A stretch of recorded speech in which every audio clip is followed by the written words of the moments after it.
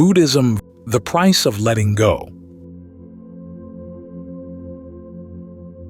Buddhism takes a familiar American principle, the pursuit of happiness, and inserts two important qualifiers.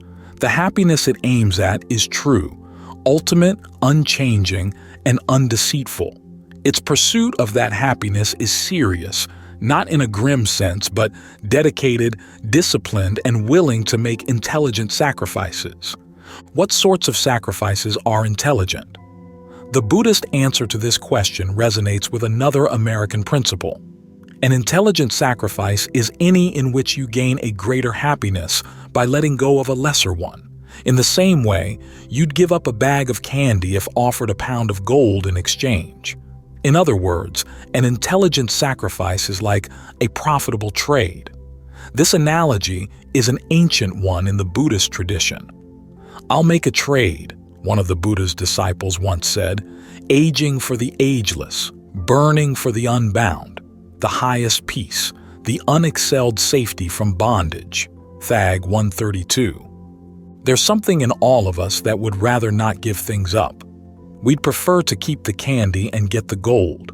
But maturity teaches us that we can't have everything, that to indulge in one pleasure often involves denying ourselves another, perhaps better, one.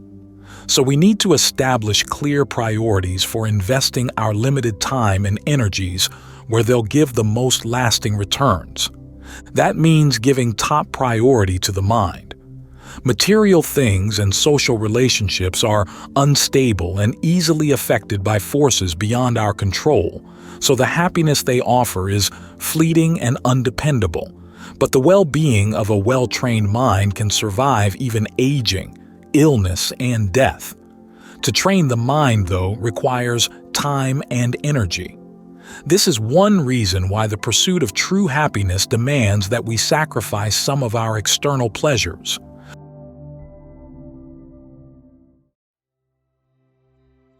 Renunciation as a skill. Sacrificing external pleasures also frees us of the mental burdens that holding onto them often entails. A famous story in the canon, UD 210, tells of a former king who, after becoming a monk, sat down at the foot of a tree and exclaimed, "What bliss! What bliss!" His fellow monks thought he was pining for the pleasures he had enjoyed as king, but he later explained to the Buddha exactly what bliss he had in mind. "Before, I had guards posted within and without the royal apartments, within and without the city, within and without the countryside. But even though I was thus guarded, thus protected, I dwelled in fear, agitated, distrustful, and afraid. But now, on going alone to a forest, to the foot of a tree, or to an empty dwelling, I dwell without fear, unagitated, confident, and unafraid, unconcerned, unruffled, living on the gifts of others with my mind like a wild deer." A third reason for sacrificing external pleasures is that, in pursuing some pleasures, such as our addictions to eye candy, ear candy, nose, tongue, and body candy, we foster qualities of greed, anger, and delusion that actively block the qualities needed for inner peace. Even if we had all the time and energy in the world, the pursuit of these pleasures would lead us further and further away from the goal. Pleasures of this sort are spelled out in the path factor called right resolve, the resolve to forego any pleasures involving sensual passion, ill will, and harmfulness. Sensual passion covers not only sexual desire, but also any hankering for the pleasures of the senses that disrupts the peace of the mind. Ill will covers any wish for suffering, either for yourself or for others, and harmfulness is any activity that would bring that suffering about. Of these three categories, the last two are the easiest to see as worth abandoning. They're not always easy to abandon, perhaps, but the resolve to abandon them is obviously a good thing. The first resolve, though, to renounce sensual passion, is difficult even to make, to say nothing of following it through. Part of our resistance to this resolve is universally human. People everywhere relish their passions. Even the Buddha admitted to his disciples that when he set out on the path of practice, his heart didn't leap at the idea of renouncing sensual passion, didn't see it as offering peace. But an added part of our resistance to renunciation is peculiar to Western culture. Modern pop psychology teaches that the only alternative to a healthy indulgence of our sensual passions is an unhealthy, fearful repression. Yet both of these alternatives are based on fear, repression, on a fear of what the passion might do when expressed or even allowed into consciousness, indulgence, on a fear of deprivation and of the under-the-bed monster the passion might become if resisted and driven underground. Both alternatives place serious limitations on the mind. The Buddha, aware of the drawbacks of both, had the imagination to find a third alternative, a fearless, skillful approach that avoids the dangers of either side. To understand his approach, though, we have to see how right resolve relates to other parts of the Buddhist path, in particular, right view and right concentration. In the formal analysis of the path, right resolve builds on right view. In its most skillful manifestation, it functions as the directed thought and evaluation that bring the mind to right concentration. Right view provides a skillful understanding of sensual pleasures and passions, so that our approach to the problem doesn't go off target.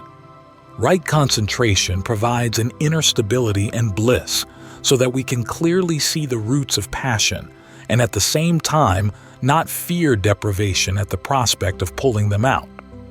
There are two levels to right view, focusing, 1, on the results of our actions in the narrative of our lives, and 2, on the issues of stress and its cessation within the mind. The first level points out the drawbacks of sensual passion. Sensual pleasures are fleeting, unstable, and stressful. Passion for them lies at the root of many of the ills of life, ranging from the hardships of gaining and maintaining wealth to quarrels within families and wars between nations. This level of right view prepares us to see the indulgence of sensual passion as a problem. The second level, viewing things in terms of the Four Noble Truths, shows us how to solve this problem in our approach to the present moment. It points out that the root of the problem lies not in the pleasures but in the passion, because passion involves attachment, and any attachment for pleasures based on conditions leads inevitably to stress and suffering, in that all conditioned phenomena are subject to change. In fact, our attachment to sensual passion tends to be stronger and more constant than our attachments to particular pleasures. This attachment is what has to be renounced. How is this done? By bringing it out into the open. Both sides of sensual attachment, as habitual patterns from the past and our willingness to give in to them again in the present, are based on misunderstanding and fear. As the Buddha pointed out, sensual passion depends on aberrant perceptions. We project notions of constancy, ease, beauty, and self onto things that are actually inconstant, stressful, unattractive, and not self. These misperceptions apply both to our passions and to their objects. We perceive the expression of our sensuality as something appealing, a deep expression of our self-identity offering lasting pleasure. We see the objects of our passion as enduring and alluring enough, as lying enough under our control to provide us with a satisfaction that won't turn into its opposite. Actually, none of this is the case, and yet we blindly believe our projections because the power of our passionate attachments has us too intimidated to look them straight in the eye. Their special effects, as a result, keep us dazzled and deceived. As long as we deal only in indulgence and repression, attachment can continue operating freely in the dark of the subconscious.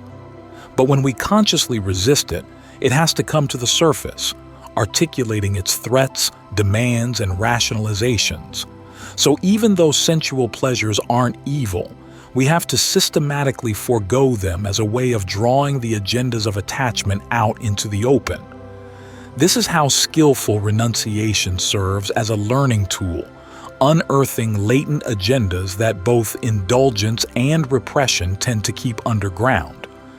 At the same time, we need to provide the mind with strategies to withstand those agendas and to cut through them once they appear. This is where right concentration comes in. As a skillful form of indulgence, right concentration suffuses the body with a non-sensual rapture and pleasure that can help counteract any sense of deprivation in resisting sensual passions. In other words, it provides higher pleasures, more lasting and refined, as a reward for abandoning attachment to lower ones. At the same time, it gives us the stable basis we need so as not to be blown away by the assaults of our thwarted attachments. This stability also steadies the mindfulness and alertness we need to see through the misperceptions and delusions that underlie sensual passion. And once the mind can see through the processes of projection, perception, and misperception to the greater sense of freedom that comes when they're transcended, the basis for sensual passion is gone. At this stage, we can then turn to analyze our attachment to the pleasures of right concentration. When our understanding is complete, we abandon all need for attachment of any sort, and so meet with the pure gold of a freedom so total that it can't be described. The question remains, how does this strategy of skillful renunciation and skillful indulgence translate into everyday practice?